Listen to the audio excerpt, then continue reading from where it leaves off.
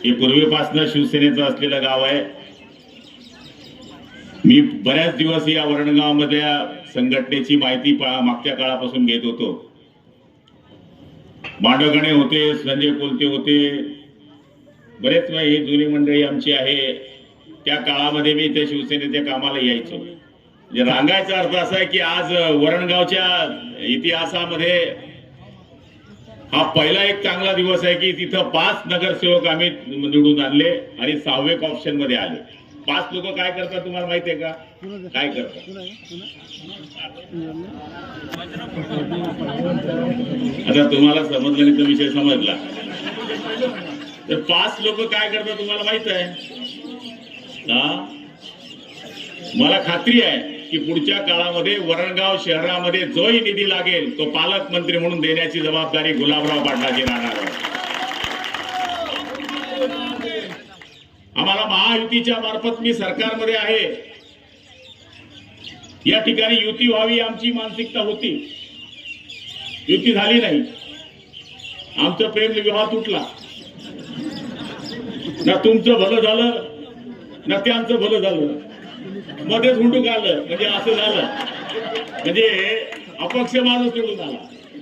Major आहे म्हणजे मुंडकी दुसरी, कंबर दुसऱ्याचं आणि हातपाय तिसऱ्याचे, अशी परिस्थिती आज शहराची निर्माण झालेली आहे।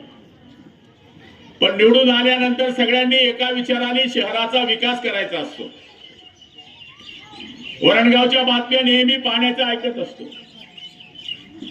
मला आठवतं ज्यावेळेस मी पाणी पुरवठा मंत्री झालो त्यावेळेस पहिली योजना ही ज्यावेळेस माझ्याकडे आली, डीपीआर तयार होऊन त्याला मंजुरी देण्याचं काम गुलाबराव पाटलांनी त्या काळामध्ये केलं।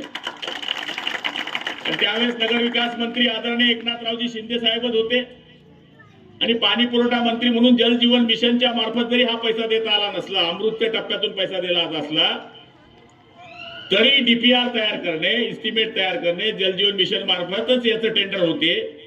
याचं टेंडर सुद्धा या ठिकाणी आमच्या जीवन प्राधिकरणकडनं झालं, त्याची वर्क ऑर्डर पण झाली, पण अजूनही वरणगावमध्ये पाण्याचा प्रश्न प्रलंबित आहे।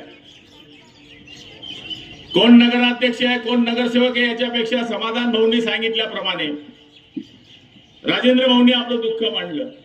ज्यांना तुम्ही आय लव्ह यू म्हटलं त्यांनी तुम्हाला आय इट यू म्हणलं। पण काय तुम्ही भाग्यवान आहे, तुम्ही टपरीवाले, मी टपरीवाले। टपरीवाल्याचा म्हणजे प्रवेश टपरीवाल्याच्या हाताने होतो, ही सगळ्यात मोठी गोष्ट आहे। हे बघा, प्रारब्धामध्ये नशिबामध्ये जे लिहिलेलं आहे ते ठरलेलं आहे। आम्ही पण 84 पासून शिवसेनेचं काम करतोय। मला कधी आयुष्यात माहित नव्हतं की मी आमदार होईल, खासदार होईल, मंत्री होईल। मला काल परवा एका पत्रकाराने विचारलं की म्हणले तुमचा मंत्रिमंडळामधला नंबर कमी होतोय। म्हणलं चांगली गोष्ट आहे, मग तुम्हाला काय वाटतं? म्हणजे त्यांनी दिलं त्यांनी काढलं तर फरक काय पडला मला? मी 25 वर्षापासून आमदार आहे, 10 वर्षापासून मंत्री आहे, पण मी खुनशी राजकारण कधीच केलं नाही। तुमच्याकडे ते चालतं तसं, इसको डाल दो, इसको निकाल दो, इसको रख दो। हा काय बसलाय ना हाताडी पार, हे सगळे मुक्ताई नगरवाले पछाडलेले चंदू भैयापासून सगळे, यांना एवढा त्रास दिला गेला, एवढा त्रास दिला गेला, याच्याने विकास होत नाही। मी यादी वाचली मुक्ताई नगरचे, बरेच मुस्लिम निवडून आले, इथे पण मुस्लिम निवडून आले। माझ्या नशिराबाद मध्ये सुद्धा 3 मुस्लिम धनुष्यबाणावर आले, 3। तुम तो मेरे साथ में कितने दिन से रह रहे, बहुत मुसलमान मेरे साथ में रहते हैं, पर वो क्या है भाई, हाबू है, हरा है अल्लाह का, भगवा है भगवान का, सफेद है ईसाई का, उसमें बना है तिरंगा हिंदुस्तान का। अरे आज या ठिकाणी मी आपल्याला हीच प्रार्थना करायला आलोय की वरणगाव ज्याप्रमाणे आम्ही धरणगाव मानतो त्याचप्रमाणे हे वरणगाव आहे। तुमच्या विकासाकरता कुठला पैसा लागेल शासनापर्यंत तर नंतर आहे, पण आपल्या डीपीटीसीचा बजेटच 800 कोटीचा आहे। त्यामुळे 2, 4, 5, 10 कोटी देणं मला काही विशेष नाही। तुम्ही प्रस्ताव तयार करा, मार्च मध्ये तुमचे पैसे देण्याची जबाबदारी ही गुलाबराव पाटलाची असणार आहे।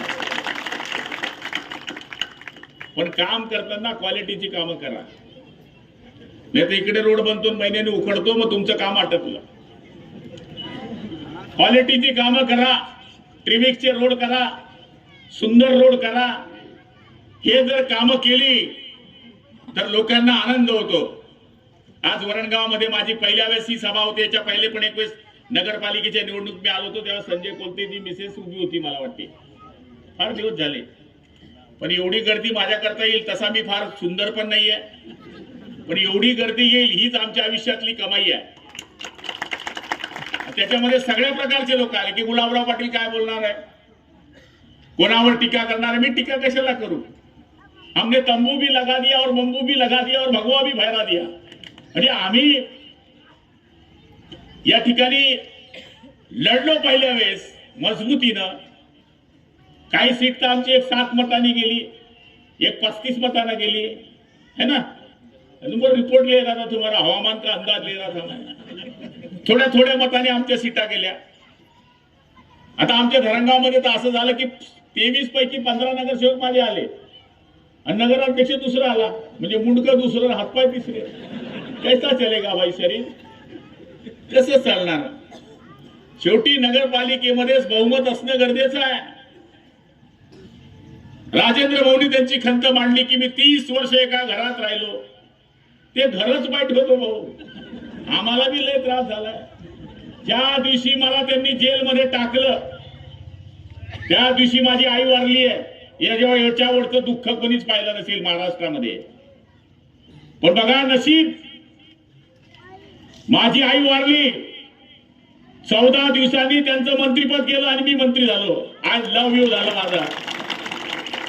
हे बघा, सबके घर देर है, उसके पास त्याच्या सगळीकडे अंधेरे पण त्याच्या घरी देर नाही, त्याच्याकडे सगळीकडे माप है. हवाओं को निगोलना चाहते हैं, हद से भी गुजरना चाहते हैं, किनारों की हिम्मत तो देखिए, समंदर को निगोलना चाहते हैं. अरे हे काय करणार? आपलं कायच नाही करू शकत. म्हणून तुम्हाला माणसं ओळखता आली आता. जब से तुम्हारी निगाहें मेहरबान हो गई, मुश्किल बहुत थी जिंदगी आसा हो गई. बेहद करीब होने का ये फायदा हो गया कि मतलब परस लोगों की इनको पहचान हो गई.